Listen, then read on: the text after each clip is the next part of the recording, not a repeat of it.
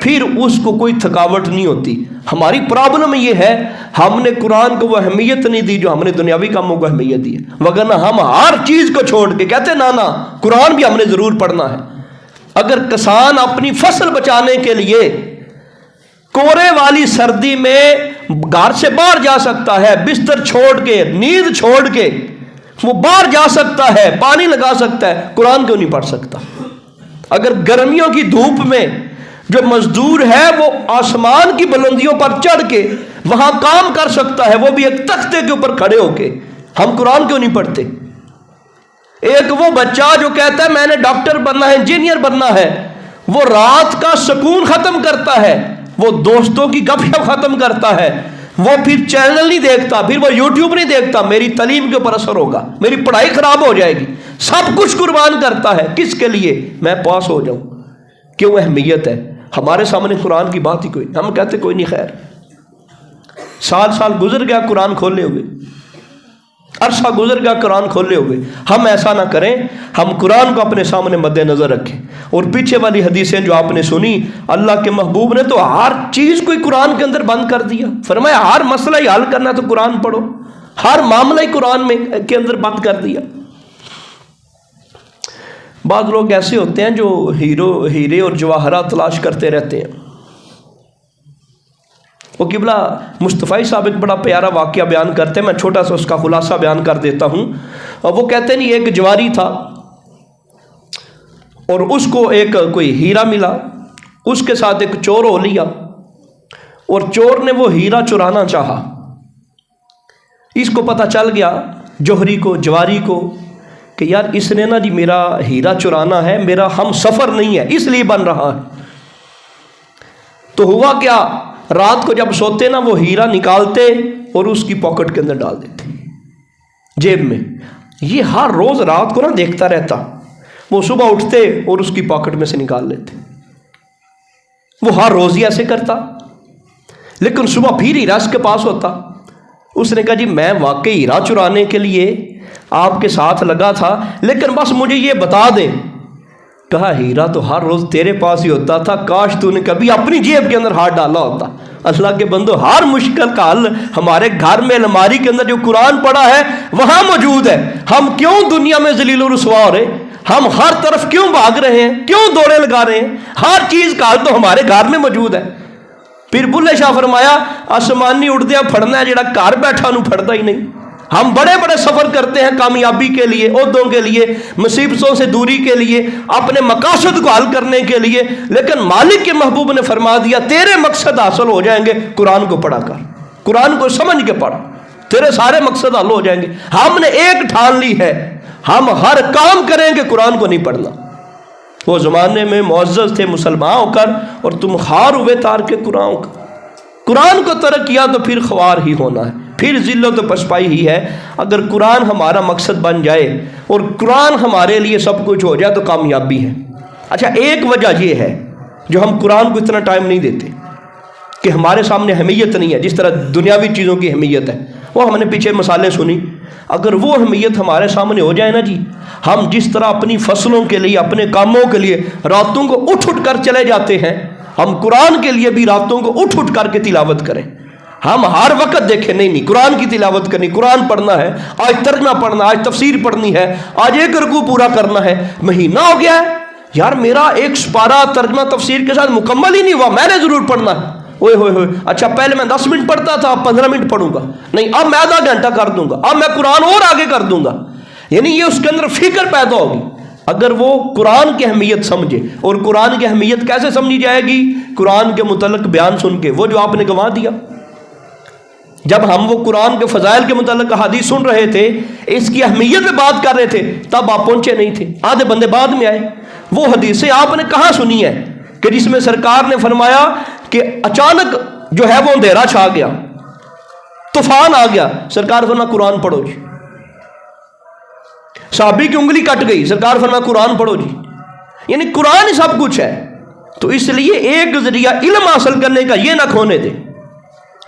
یہ جمعے کا جو خطبہ ہے یہ بڑا ضروری ہر مسلمان کے لیے، ویسے تو ٹائم ہی کو نہیں، جمعے کا جو ٹائم ہے کوشش کریں پہلے نمبر پہ آئیں، پھر مسئلہ بھی صحیح سمجھ ہوگا۔ اب میں نتیجہ نکالتا جاؤں، آپ کو پتہ ہی نہیں پہلے بحث کیا ہوتی رہی ہے، گفتگو کیا ہوتی رہی ہے۔ اب میں نتیجہ نکال کے آپ کے سامنے رکھوں، آپ کہیں 2 + 2 = 2 6 ہوتا ہے، پہلے 2 کا آپ کو پتہ نہیں، آپ نے تو 2 اور 2 دیکھا، آپ کہیں گے 4 ہے، میں کہوں گا 6 ہے، آپ کہیں گے نہیں آپ نے تو 2 اور 2، آپ نے 2 بار لکھا 2 2، اور میں نے کہا جی وہ 20 منٹ جو پہلے آپ لیٹ ہے وہاں میں 2 لکھ چکا تھا، آپ نے تو وہ 2 دیکھا ہی نہیں ہے، تو پھر آپ کو کیسے پتا چلا کہ 6، میں کہوں گا 4 ہے، پھر مسئلہ بھی سمجھ کوئی نہیں آنا، اور پھر باہر جا کے کہیں گے نہیں یار انہوں نے مسئلہ نہیں بیان کیتا، وہ فل مسئلہ ہے۔ اللہ کے بندو یہ ٹائم دے اور ٹائم پہ تشریف لایا کرے۔ اور پھر اس کی دوسری وجہ یہ ہے والدین کی عدم توجہ، والدین کی، ایک تو یہ ہم نے قرآن نہ پڑھنے کی، قرآن کی اہمیت نہیں ہے، دوسری ہے کہ والدین کی عدم توجہ۔ رسول پاک صلی اللہ علیہ وسلم کا فرمان سنتے ہیں، سرکار دو عالم صلی اللہ علیہ وسلم نے فرمایا بچپن میں سیکھا ہوا علم، بلکہ یہ ایک جملہ ہے، العلم فی الصغری کالنقش فی الحجر، بچپن میں سیکھا ہوا علم ایسے ہے جیسے پتھر پر نقش کر دیا گیا، وہ کبھی نہیں بھولتا۔ جو بچپن کی تعلیم ہے، جو بچپن میں سکھا دیا، جو ذہن بنا دیا، وہ کبھی ختم نہیں ہوگا۔ جب بچے کے دل میں یہی ڈال دیں کہ یار ہر مشکل کا حل قرآن ہے، میاں صاحب نے فرمایا تھا ہر مشکل دی چابی مرداں دے ہاتھ آئی، وہ چابی کیڑی ہے؟ قرآن جے۔ اب ہم نے جب یہی ذہن میں ڈال دیا کہ یار ہر مشکل کا حل قرآن ہے، تو بچہ بھی سمجھے گا قرآن ہے۔ جب بچے کو تھوڑا سا بخار ہوگا، لے جاؤ ڈاکٹر پاس، بچے نے کہنا چھوڑو یار قرآن، ڈاکٹر حل لے۔ چھوٹا مسئلہ بن گیا، بلاؤ جی کسی وڈیرے نو، جی مشکل سارے کریں آپ، لیکن آپ بچوں کے ذہن میں یہ بٹھا دیں کہ ڈاکٹر کے پاس بھی جانا ہے پر بعد میں، پر پہلے قرآن پڑھنا ہے، فاتحہ پڑھ کے میں تجھے دم کر رہا ہوں، اللہ اس کے اندر برکت رکھی ہے۔ تو یہ بچپن کے اندر جو ہم نے بچے کی تعمیر کر دی وہ کبھی ختم نہیں ہوگا، وہ اس کا ذہن بن گیا، وہ ساری زندگی اس کو یاد رہے گا۔ کتنے لوگ ایسے ہیں ان کو بچپن کی باتیں ساری زندگی نہیں بھولتی، اصل یہی وجہ ہے۔ اور دوسری وجہ کیا ہے؟ اللہ کے محبوب نے فرمایا ہر بچہ فطرت پر، اسلام پر پیدا ہوتا ہے۔ اللہ کے نبی کا فرمان ہے، بخاری شریف کی حدیث پاک ہے، پھر اس کے والدین اسے یہودی، عیسائی یا مجوسی بنا دیتے ہیں، نبی پاک کا فرمان۔ یعنی اس سے ہم کیا سمجھے؟ ہم یہ سمجھے کہ والدین کے اوپر بڑی ذمہ داری ہے، انہوں نے سب کچھ کرنا ہے، وہ بچہ تو بریک کمپل ہے، ایسی وحدے نہیں۔ ٹوکری جڑی ہے وہ بنی ہوندی ہے لکڑی دی، او شاخ نال جڑی بریک ہے، انہوں موڑ کے جس طرح دل کر لو، ڈاڑا نہیں مڑدا، ڈنڈا نہیں مڑدا، بریک۔ اللہ کے محبوب نے فرمایا بچے کو اللہ نے فطرت پر پیدا کر، جدھر موو کر لو، والدین ہی ہیں مجوسی بناتے ہیں، عیسائی بناتے ہیں، یہودی بناتے ہیں۔ تو والدین اگر اتنا بڑا کچھ بنا سکتے ہیں، بخاری کی حدیث پاک ہے، تو والدین اسے قرآن کا عالم کیوں نہیں بنا سکتے؟ قرآن کا شیدائی کیوں نہیں بنا سکتے؟ قرآن کا محبوب کیوں نہیں بنا سکتے؟ انہوں نے خود نہیں پڑھا۔ اگر وہ دیکھے گا ماں قرآن کے بنا تو اس کا کام ہی نہیں چلتا، باپ قرآن ضرور پڑھتا ہے، بڑے بڑے اوکھے کام آگے، بھائی کی شادی تھی تو باپ نے اس دن بھی تلاوت کوئی نہیں چھوڑی، ہماری دادی فوت ہوگی، بابا جی پھر بھی قرآن پڑھ رہے تھے، ہمارے خاندان میں فلاں مسئلہ بن گیا، بابا جی پھر قرآن پڑھ رہے تھے، صبح سویرے بابا جی نے ایک جگہ پہ کام جانا تھا، لمبا سفر تھا، لیکن ابو جی پھر قرآن پڑھ کے گئے، قرآن چھوڑا ہی نہیں ابو جی نے۔ ہم کہتے نہیں وہ بس لیٹ ہو جانی ہے، فلاں ہو جانا، فلاں ہو جانا، قرآن چھڑ دیو، نماز چھڑ دیو، باقی کوئی چیز نہیں چھڑنی۔ یہ پرسوں کی بات ہے، مغرب کی نماز پڑھی تو میں اپنا فرض پڑھ کے نکل گیا اور ارادہ کیا کہ سنتے گھر جا کے پڑھتا ہوں، تو ایک بچہ وہ بھی میرے ساتھ نکلا، میں نے کہا یہ سنتا نہیں پڑھنی ہے؟ وہ کہتا نہیں ٹیوشنوں لیٹ ہو جانی، سنتا نہیں پڑھنی۔ ہمارے ذہن میں ٹیوشن کی اہمیت ہے نا جی، اس لیے سنتے ہم نے چھوڑ دی۔ اللہ رحمت فرمائے، قرآن کے اوپر کار بند ہو جائیں، یقین کریں ہر مسئلہ ہی حل ہو جائے گا، اور قرآن تھوڑا تھوڑا سمجھ کے پڑھنا شروع کریں۔ اللہ عمل کی توفیق عطا فرمائے۔